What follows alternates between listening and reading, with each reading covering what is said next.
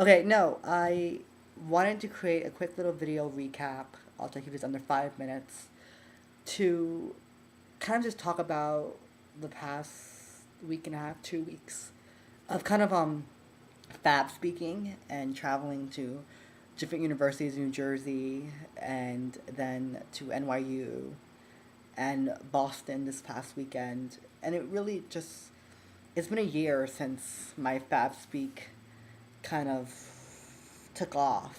And New York University was my first major um, speaking engagement. So thank you to Cornell and the Center for Multicultural Education and Programs for giving me this kind of like kickoff. And I really appreciate that. And this year, NYU brought me back. Thank you to Chris and Ciliani from the NYU LGBTQ Student Center for bringing me back this past October. And I don't know, it's just like I often say this in my talks. I grew up in the inner city of Patterson, and you don't imagine kind of like speaking at Harvard or MIT or NYU, and you never even think about it. The closest thing I ever got to Harvard was Homeless in Harvard, that Lifetime movie.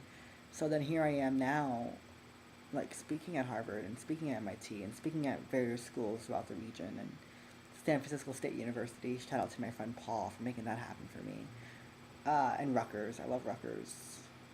All of them. So, yeah, so it's been great. And so this past month has been a year of like anniversaries. And so going back to Boston this past weekend, thanks to the Hispanic Black Gay Coalition and their lovely organizers, and to Corey and Quincy. And special thanks to Robin and Peg for hosting me in their home and giving me space to exist in their lives. And people always ask me, well, do you get tired of speaking, or do you get, is it always the same for you? And I said, no.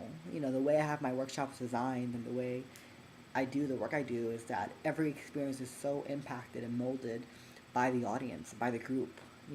I just did Where the Line Collides in Boston, and today I just did it. Today's Thursday, October 9th, and today I did it, and it was totally different experience, and it was just as moving, just as inspiring, just as empowering as well. And it's like people always say, you're such an inspiration, or you inspire me, or you empower me, and what they don't realize is that through my exchange with them, through the experience of speaking and talking and sharing my story and listening to their aspects or their questions, is that I feel empowered, and that every time I step in front of an audience to speak and to share my story, I'm telling the story with my whole heart, and I'm being courageous and brave, and I'm living in the arena, and I'm allowing myself to be seen for exactly who I am, without shame, without apology, and it's just as rewarding for me as it is for those who get to hear it, based on what they say. It's just as rewarding for me. So thank you, and I recognize what a privilege it is. It's a privilege to be able to share your story, to hold that space, right? And to have people actually want to hear you speak and value your time and value your energy and your effort and what it takes to do this work. Um, I'm so deeply moved and I'm thankful.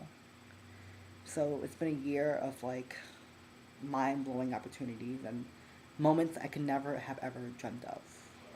And I want to say thank you to you out there. Thank you for believing in me, for supporting me.